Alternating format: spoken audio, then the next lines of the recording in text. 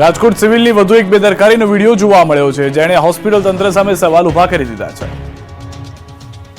આ દ્રશ્યો રાજકોટ સિવિલના છે, જ્યાં એક દર્દી રીતસરનો રઝળતા હોવાનો વિડીયો જોવા મળ્યો, જેને લઈ હોસ્પિટલ તંત્ર પર સવાલો ઉભા થયા। દર્દી ઈજાના કારણે કણસી રહ્યો હતો, પરંતુ તેને કોઈ સારવાર આપવામાં આવી નહોતી। એટલું જ નહીં, દર્દીને કોઈ બેડ પણ નહોતો અપાયો। દર્દી જમીન પર રઝળતી રહ્યો હતો। આખરે ત્યાં હાજર એક જાગૃત નાગરિકે ડોક્ટરને જાણ કરી તેની સારવારની વ્યવસ્થા કરાવી।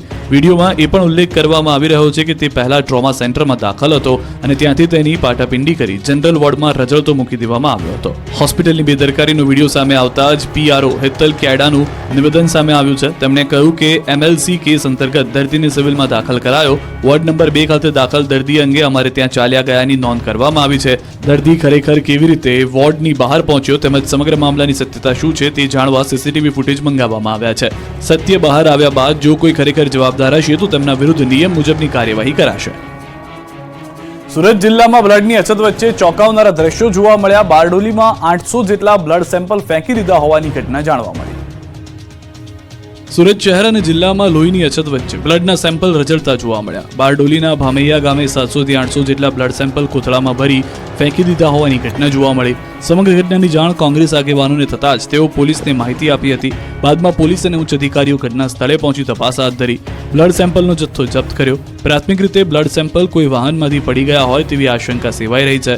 આ તરફ પોલીસે સમગ્ર ઘટનાને લઈને તપાસનો ધમધમાટ શરૂ કર્યો છે। આરોગ્ય વિભાગ અને મામલતદારની ટીમોએ પણ કાયદેસરની કાર્યવાહી હાથ ધરી છે। મહત્વનું છે કે સુરત શહેર અને જિલ્લાની બ્લડ બેંકોમાં પણ હાલ બ્લડની અછત વર્તાઈ રહી છે, જેને લઈ લોકોને રક્તદાન કરવા આગળ આવવા અપીલ પણ કરવામાં આવી રહી છે। આ પરિસ્થિતિમાં મોટી સંખ્યામાં બ્લડ સેમ્પલ રસ્તા પર મળી આવતા તંત્ર સામે પણ સવાલ ઉભા થયા છે। બ્લડની અછત હોવા છતાં શા માટે પૂરતી તકેદારી રાખવામાં નથી આવતી? સવાલ તો એ પણ છે કે બ્લડના સેમ્પલ કોઈ જાણી જોઈને રસ્તા પર ફેંકી દીધા કે વાહનમાંથી પડી ગયા? જો મોટી માત્રામાં બ્લડના સેમ્પલ વાહનમાંથી પડી ગયા હોય તો પણ તે મોટી બેદરકારી જ ગણાય। ભરૂચના અંકલેશ્વરમાં કારમાં આગ મામલે મોટો ખુલાસો થયો। 2 મહિલાઓએ કારને આગ ચંપી કરી હોવાનું સીસીટીવીમાં જોવા મળ્યું। અંકલેશ્વરના ગાર્ડન સિટી વિસ્તારમાં પાર્ક કરેલી કારમાં આગ લાગતા અફરાતફરી મચી હતી। કારમાં આગ લાગતા કાર આગમાં બળીને ખાખ થઈ હતી। જો કે આગ કયા કારણોસર લાગી તે અનેક સવાલો ઊભા થઈ રહ્યા છે, પરંતુ જ્યારે નજીકના સીસીટીવીથી તપાસ કરવામાં આવી તો ચોંકાવનારો ખુલાસો જોવા મળ્યો। 2 મહિલાઓ કારને આગ ચંપી કરતી હોવાનું સીસીટીવીમાં કેદ થયું। તપાસમાં એ પણ સામે આવ્યું કે 2 દિવસ પહેલા મહિલાઓ સાથે માથાકૂટ થઈ હતી, જેની અદાવત રાખી રાત્રે મહિલાઓએ કારને આગ લગાવી દીધી। સીસીટીવીમાં પણ સ્પષ્ટ રીતે જોઈ શકાય છે કે 2 મહિલા પોતાનું 2 વ્હીલર પર આવે છે અને શાતિર રીતે કારને આગ ચાંપી ત્યાંથી ફરાર થઈ જાય છે। આ તરફ ગાર્ડન સિટી વિસ્તારના સ્થાનિકોનો આરોપ છે કે આ મહિલાઓથી તેઓ પરેશાન થઈ ગયા છે। તેઓ વારંવાર સ્થાનિકો સાથે માથાકૂટ કરી તેમને પરેશાન કરે છે। એટલું જ નહીં, આ મહિલા તેમના બાળકોનું કિડનેપ કરવાની પણ ધમકી આપી રહ્યા છે। ત્યારે આ સમગ્ર મામલે તાલુકા પોલીસે ફરિયાદ નોંધી સીસીટીવીના આધારે મહિલાઓની ધરપકડ માટે કવાયત હાથ ધરી છે।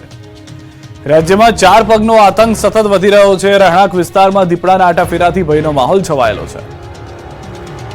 કેટલાક દિવસોથી રાજ્યમાં હિંસક પ્રાણીઓએ હાહાકાર મચાવ્યો છે। આજે બારડોલી અને ગીર સોમનાથમાં દીપડાએ દેખા દીધી। રહેણાંક વિસ્તારમાં દીપડા ઘૂસી જતા લોકોમાં ફફડાટ ફેલાયો, તો બીજી તરફ છેલ્લા કેટલાક દિવસોમાં જંગલ છોડીને ગ્રામ્ય વિસ્તારમાં સિંહોના આટાફેરાના પણ દ્રશ્યો કેમેરામાં કેદ થયા। ગીર સોમનાથના ઉનામાં આવેલા રફાળેશ્વર મંદિર નજીક દીપડાની દસ્તકથી લોકોમાં દહેશત ફેલાઈ છે। શિકારની શોધમાં દીપડો રહેણાંક મકાનમાં ઘૂસી ગયો। દીપડાના આટાફેરા નજીકના સીસીટીવીમાં પણ કેદ થયા। દ્રશ્યોમાં જોઈ શકાય છે કે અચાનક દીપડો રહેણાંક સોસાયટીના મકાનની દિવાલ પર શિકારની શોધમાં ઘૂસી આવે છે। આ દરમિયાન એક શ્વાન આવે છે, જો કે એ સમયે દીપડો ત્યાંથી નાસી છૂટે છે। રહેણાંક વિસ્તારમાં દીપડાના આટાફેરાથી સ્થાનિક લોકોમાં ભયનો માહોલ જોવા મળી રહ્યો છે। તો બારડોલીના મઢી ગામે પણ ખૂંખાર દીપડાનો કહેર જોવા મળ્યો। મઢી વાસુકુઈ રોડ પર રાત્રિના સમયે દીપડો લટાર મારતો વિડીયોમાં જોવા મળ્યો। રસ્તા પરથી દીપડો પસાર થઈ રહ્યો હતો ત્યારે વાહન ચાલકે તેને કેમેરામાં કેદ કર્યો। સ્થાનિકો વન વિભાગને જાણ કરી દીપડાને પાંજરે પૂરવા માંગ કરી રહ્યા છે। રાજ્યમાં તસ્કરો બેફામ બન્યા છે। પોલીસને જાણ હોવા છતાં પડકાર ફેંકતા હોય એમ એક પછી એક ઘટનાઓ ચોરીની જોવા મળી રહી છે। મોરબીમાં માઇક્રો ફાઇનાન્સની ઓફિસમાં ચોરીની ઘટનાનો પોલીસે ભેદ ઉકેલ્યો છે। 15 નવેમ્બરના રોજ તસ્કરોએ માસ્ટર કીથી ઓફિસનું શટર ખોલી ઓફિસમાં પ્રવેશ કર્યો। તસ્કરો 7 લાખથી વધુની ચોરીને અંજામ આપી ફરાર થયા। ઘટનાની જાણ થતાં પોલીસે ઘટના સ્થળના આસપાસના સીસીટીવીની તપાસ શરૂ કરી। આ તરફ પોલીસને બાતમી મળી હતી કે ચોરીમાં સંડોવાયેલા બાઇક પર પસાર થવાના છે, ત્યારે પોલીસે રેલવે સ્ટેશન નજીક વોચ ગોઠવી વર્ણનવાળા સહિત એક વ્યક્તિની અટકાયત કરી। આરોપીઓ પાસેથી ચોરીનો મુદ્દામાલ પણ જપ્ત કર્યો। પોલીસ તપાસમાં સામે આવ્યું કે ઝડપાયેલા આરોપી અભિષેક દેવમુરી અગાઉ ફાઇનાન્સ કંપનીમાં નોકરી કરતો હતો, જ્યારે જય ઉર્ફે શનિ સોલંકી હાલ પણ આ ફાઇનાન્સ કંપનીમાં નોકરી કરે છે, જેથી તેઓ કંપનીની દરેક જગ્યાએથી માહિતગાર હતા, જેથી તેઓએ ડુપ્લિકેટ ચાવીઓ બનાવી ચોરીને અંજામ આપ્યો. આ તરફ વડોદરામાં પણ તસ્કરોએ તરખાટ મચાવ્યો. વડોદરાના સાદલીમાં તસ્કરો સ્મશાનને નિશાન બનાવ્યો. તસ્કરો સ્મશાનથી લોખંડની સગડીની પ્લેટ અને મૃતકને સુવડાવવાનું સ્ટ્રક્ચર ચોરી કરી ફરાર થઈ ગયા. વડોદરા જિલ્લામાં મંદિરોમાં ચોરીની ઘટનાઓમાં સતત વધારો થઈ રહ્યો છે, ત્યારે હવે સ્મશાનમાં પણ ચોરીની ઘટના સામે આવતા લોકોમાં ભારે રોષ જોવા મળ્યો છે. દ્વારકામાં યુવતીઓની આડમાં લૂંટ ચલાવતી ગેંગનો પર્દાફાશ થયો છે. પોલીસે ગેંગના 5 આરોપીઓને દબોચી લીધા છે. દ્વારકામાં એક એવી ગેંગ સક્રિય થઈ હતી જે યુવતીઓની મદદથી લૂંટને અંજામ આપતી. પોલીસ સમગ્ર કેસમાં 5 આરોપીની ધરપકડ કરી છે. દ્વારકાના નાગેશ્વર રોડ પર રહેતા જગદીશભાઈ દવે દરિયા કિનારે આવેલા ભડકેશ્વર મહાદેવ મંદિર દર્શન કરવા ગયા.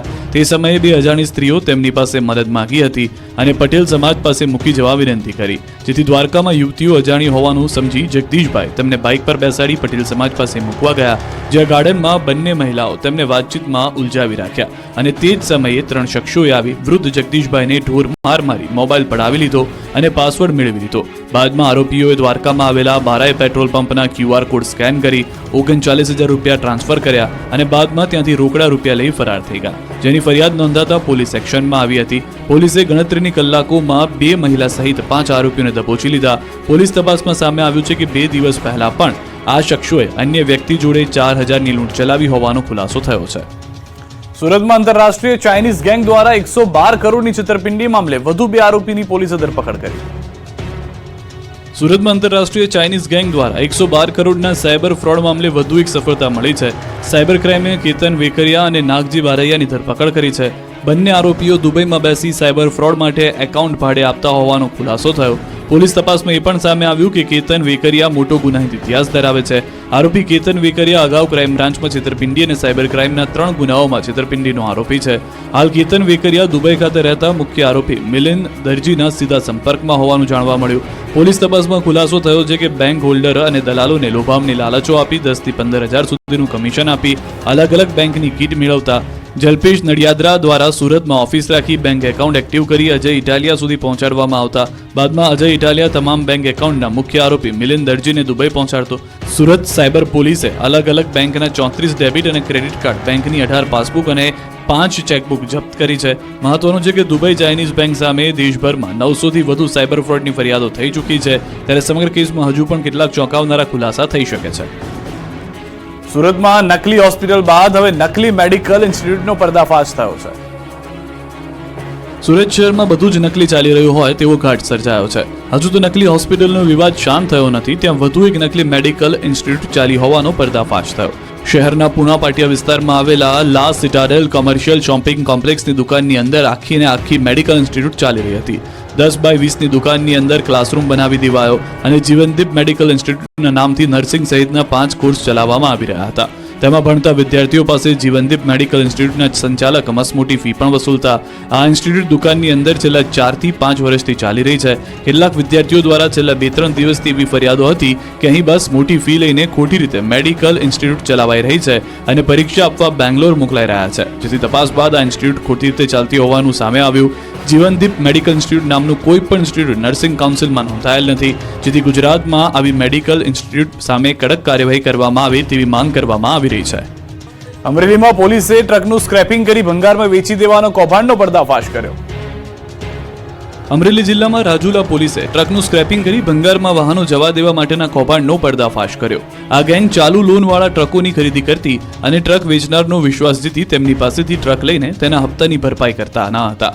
ત્યારબાદ ટ્રકને ભંગારમાં વેચી દેતા નરેશ સોલંકીએ અલી અસગર, હુસેન લોટિયા, પંકજ ઉર્ફે બાલા અને ઇસ્માઇલ ઉર્ફે પપલુ સામે ફરિયાદ નોંધાવી હતી. તેમનો આરોપ છે કે ટ્રકના 5,53,000ના બાકી હપ્તાના ચેક નહીં આપતા આરોપીઓ ટ્રકને ભંગારમાં સ્ક્રેપિંગ માટે દીપક ઉર્ફે કાલાને વેચી દીધી. દીપકે ટ્રકને ભંગારમાં તોડી નાખી અને તેના અલગ અલગ પાર્ટ્સને વેચી ટ્રકનો નાશ કર્યો. આરોપીઓ સામે છેતરપિંડીની ફરિયાદ નોંધાતા પોલીસ તપાસનો ધમધમાટ શરૂ કર્યો છે. સમગ્ર કૌભાંડમાં પોલીસે આરોપી ઉજેફા આરિફભાઈ શેખ, ઇમ્તિયાઝ ઉર્ફે બિહારી, દીપક ઉર્ફે કાલા નારાયણભાઈ ગોહિલની ધરપકડ કરી છે, જ્યારે અન્ય 3 આરોપીઓ હજુ પણ પોલીસ પકડથી દૂર છે. આણંદના આંકલાવમાં 5 દિવસથી બંધક બનાવેલા શ્રમિકોને પોલીસે મુક્ત કરાવ્યા. આણંદના આંકલવમાં બંધક બનાવેલા શ્રમિકોને પોલીસે મુક્ત કરાવ્યા. આંકલવના મોટી સંખ્યાળ ખાતેના ઈંટોના પટ્ટામાં છેલ્લા 5 દિવસથી 27 શ્રમિકોને બંધક બનાવાયા. મૂળ ઉત્તર પ્રદેશના કાસગંજમાંથી શ્રમિકોને લાવવામાં આવ્યા. આ શ્રમિકો છેલ્લા 1 મહિનાથી અહીં મજૂરી કામ કરતા, પરંતુ છેલ્લા 5 દિવસથી શ્રમિકોને બંધક બનાવી તેમને ઢોર માર મારવામાં આવ્યો હતો. સાથે જ તેમને જમવાનું પણ આપવામાં આવતું ન હતું. આંકલવમાં સમગ્ર ઘટના સ્થાનિકોના મોઢે ચર્ચાઈ રહી હતી, જેની જાણ પોલીસને થતાં પોલીસ એક્શનમાં આવી. બાદમાં પોલીસ અને જિલ્લા વહીવટીતંત્રના અધિકારીઓ પોલીસનો કાફલો ઘટના સ્થળે પહોંચ્યો. આખરે પોલીસે ઈંટોના ભઠ્ઠામાંથી તમામ 27 શ્રમિકોને મુક્ત કરાવ્યા. પોલીસ પૂછપરછમાં શ્રમિકોએ પોતાની આપવીતી રજૂ કરી. પોલીસે સમગ્ર મામલે શ્રમિકોની ફરિયાદના આધારે વધુ કાર્યવાહી હાથ ધરી છે. સુરતમાં ખ્રિસ્તી ધર્મના સંમેલનના નામે ધર્મ પરિવર્તન થતું હોવાના આરોપ લાગ્યા છે.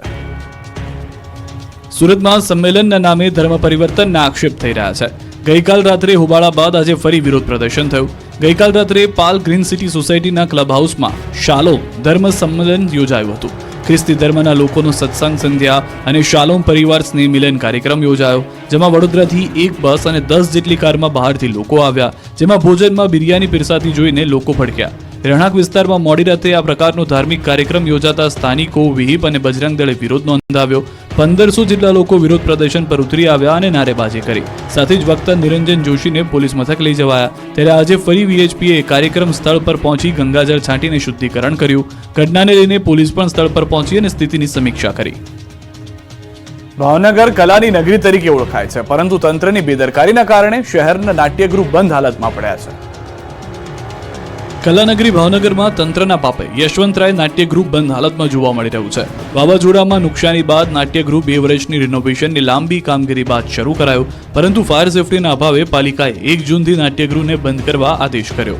તે સમયે નાટ્યગૃહમાં 22 જેટલા બુકિંગ પણ થઈ ગયા હતા, પરંતુ બંધ કરવાના આદેશ બાદ તમામ કાર્યક્રમ પણ રદ કરાયા. મહત્વની વાત તો એ છે કે નાટ્યગૃહની સાથે સાથે શહેરના અન્ય એકમો પણ સીલ કરાયા, પરંતુ આ એકમોએ લિખિતમાં બાંહેધરી આપ્યા બાદ ફરી શરૂ કરાયા. પરંતુ યશવંતરાય નાટ્યગૃહમાં ફાયર સેફટી માટે 9 લાખની ગ્રાન્ટ પણ મંજૂર થઈ ચૂકી છે. ગ્રાન્ટ મંજૂર થયાના 4 મહિના જેટલો સમય વીતી ગયો. હાલમાં ફાયર સેફટીના કામના શ્રી ગણેશ પણ નથી થયા. નાટ્યગૃહ સતત બંધ રહેવાને કારણે કલાપ્રેમીઓમાં પણ ભારે રોષ ફેલાયો છે. કલાપ્રેમીઓનો આરોપ છે કે અધિકારીઓની અણાવડતના કારણે હજુ સુધી ફાયર સેફટીનું કામ શરૂ કરાયું નથી. ત્યારે હવે માંગ કરવામાં આવે છે કે તાત્કાલિક ફાયર સેફટીની વ્યવસ્થા કરી યશવંતરાય નાટ્યગૃહને ફરી શરૂ કરવામાં આવે. કચ્છના રણોત્સવમાં જોવા દેશ વિદેશથી મોટી સંખ્યામાં પ્રવાસીઓ પહોંચી રહ્યા છે, ત્યારે ભુજ એરપોર્ટ પર પ્રવાસીઓનો ધસારો વધ્યો છે. વિશ્વ પ્રસિદ્ધ કચ્છનો રણોત્સવ હંમેશા પ્રવાસીઓમાં આકર્ષણનું કેન્દ્ર હોય છે, ત્યારે આ વર્ષે પણ મોટી સંખ્યામાં પ્રવાસીઓ રણોત્સવ નિહાળવા કચ્છ પહોંચી રહ્યા છે, જેને લઈ ભુજ એરપોર્ટ પર પ્રવાસીઓની સંખ્યામાં વધારો થયો છે. પરંતુ પ્રવાસીઓની બેદરકારીના કારણે ફ્લાઇટની ઉડાનમાં મોડું થઈ રહ્યું છે. ભુજ એરપોર્ટ પર હાલ 3 ફ્લાઇટ ઓપરેટ થઈ રહી છે, જેમાં 2 ફ્લાઇટ ભુજથી મુંબઈ અને 1 ફ્લાઇટ ભુજથી અમદાવાદ વચ્ચે ચાલી રહી છે.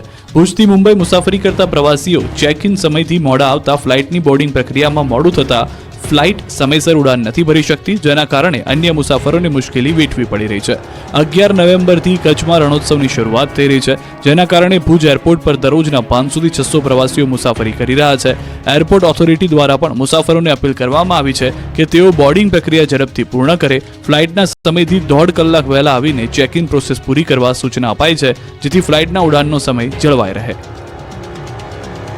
સોમનાથ મહાદેવના સાનિધ્યમાં ભાજપની 3 દિવસીય ચિંતન શિબિરનો પ્રારંભ થયો. શિબિર પહેલા મુખ્યમંત્રીએ સોમનાથ મહાદેવના દર્શન કર્યા.